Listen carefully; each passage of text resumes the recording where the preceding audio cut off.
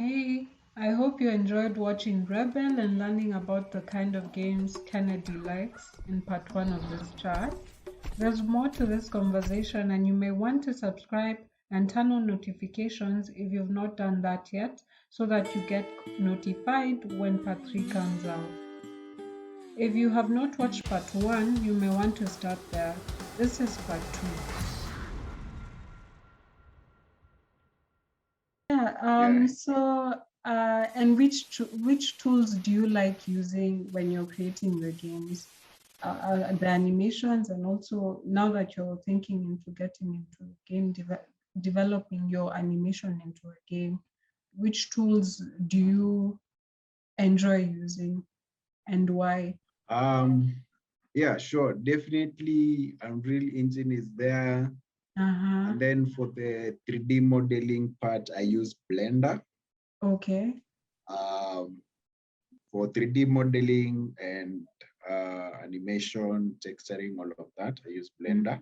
Okay. And then I also have a subscription with Speed Tree, which is like a package for creating foliage. Those Ah, trees, bushes, grasses, things like that. all right. So I also use Substance Painter for texturing, Uh-huh. but by far my favorite tool to work inside is, of course, Unreal Engine.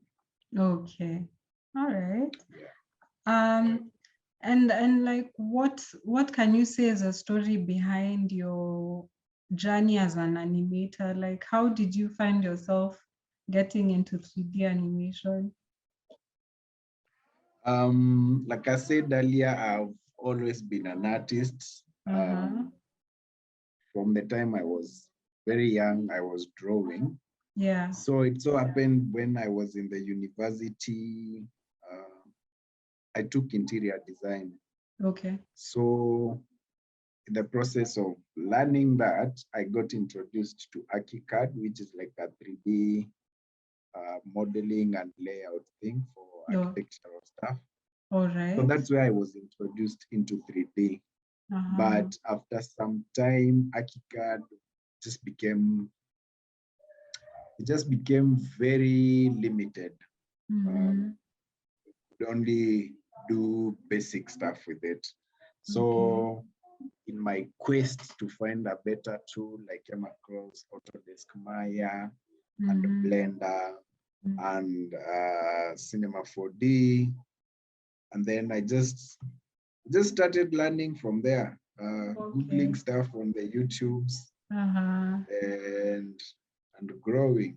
So with Ah. time, Blender just became the main thing because it's free, Mm-hmm.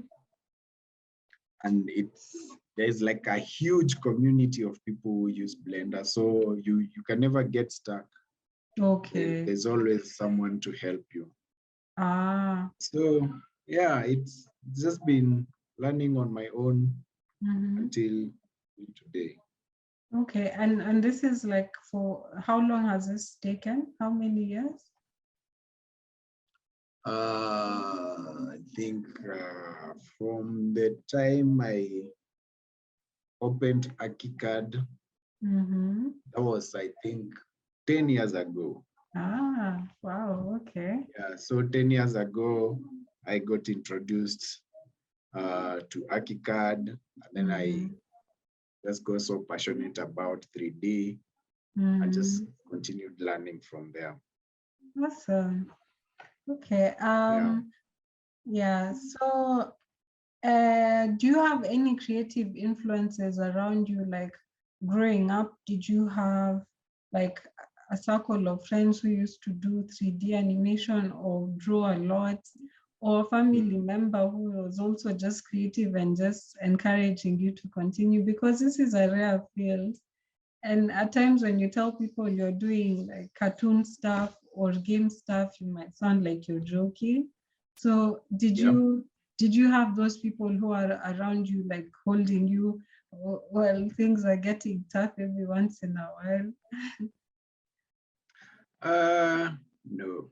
No? I've always been on my own uh, Okay. in this journey. I come from a family of teachers.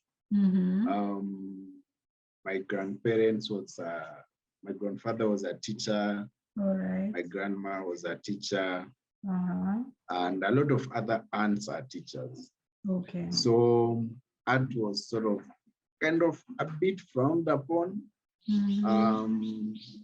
But my family was sort of progressive enough not to be too serious about telling me not to draw.